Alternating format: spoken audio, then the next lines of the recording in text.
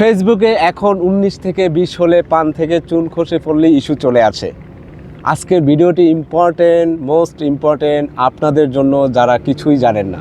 ফেসবুকে ইদানিং একটু পান থেকে চুন খসে পড়লে ইস্যু চলে আসে। এটার কারণটা কি? আপনাকে যেভাবে ফেসবুক বিভিন্ন দিক থেকে সুযোগ সুবিধা দিচ্ছে, সেই সুযোগ সুবিধাগুলো আবার আপনার ভুলের কারণেই আবার কেড়ে নিয়ে যাবে। আপনার একটি ভুলের কারণে সেই সুযোগ সুবিধা থেকে আপনি বঞ্চিত হতে পারেন। সে সম্পর্কে আপনাকে জানতে হবে। যারা জানে না তাদের সাথে যোগাযোগ পরামর্শ করতে হবে, তাদের সাথে আপনার লেগে থাকতে হবে।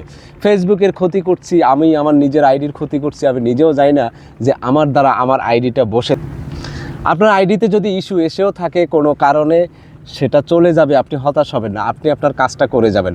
যেমন একটা কথা আমি প্রায় সময় বলে থাকি, মানুষ অসুস্থ হলে যেমন তার চিকিৎসা আছে, একটা প্ল্যাটফর্ম, একটা আইডি কিংবা একটা পেজ সেটা যদি দুর্বল হয়, সেটাতে যদি কোনো ইস্যু আসে, সেটাও আবার সলভ করা যায়, সলভ করার অপশন আছে।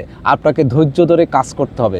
এমনকি আপনার যদি পেজের কিংবা আইডির রিকমেন্ডেশন লাল বাতিও জ্বলে, রিকমেন্ডেশন যেখানে লেখা অ্যাক্টিভ থাকার কথা সেটা লাল হয়ে গেছে, তারপরও আপনি কন্টিনিউ ভিডিও আপলোড করে যাবেন, সেটা একটা সময় চলে যাবে। কারণ ফেসবুকের একটা ধৈর্য, আপনি একটা ভুল করেছেন, আপনি বিগত দিনে যে ভুল করে যে পিছনে পড়েছেন, সেটা একটা ভিডিও থেকে উঠে যাওয়া সম্ভব, কিন্তু আপনার সেই ইচ্ছা শক্তি এবং ধৈর্য আছে কিনা সেটাই প্রমাণের বিষয়। ফেসবুকের কাছে আমাদেরকে সেই জিনিসটা প্রুভ করতে হবে।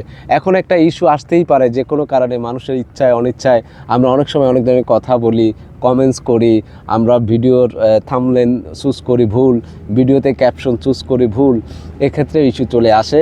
প্রোফাইল হ্যাজ সাম ইস্যু, বিভিন্ন ইস্যু ধরিয়ে দেয়, যেটা আপনার সাপোর্ট ইনবক্সে গেলে আপনি সেখানে অ্যালার্টে পেয়ে যাবেন।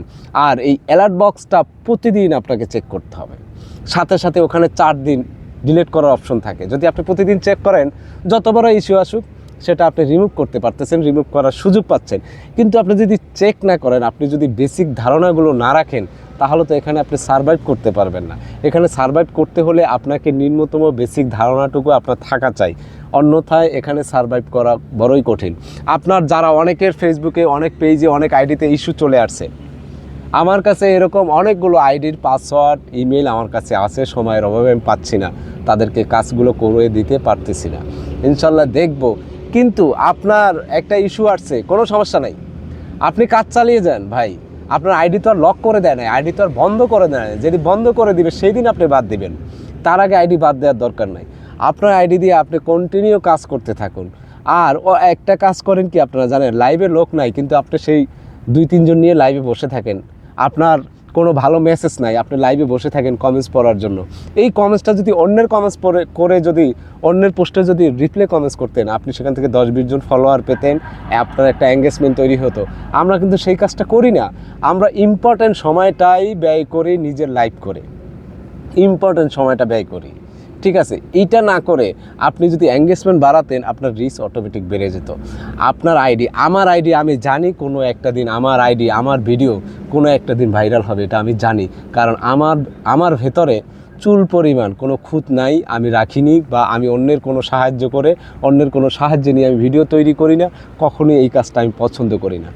আপনিও ট্রাই করুন না, আপনার সব কিছু নিজের দিয়ে, আপনার ইস্যু আসুক যাই আসুক, আপনি কাজ করে যান।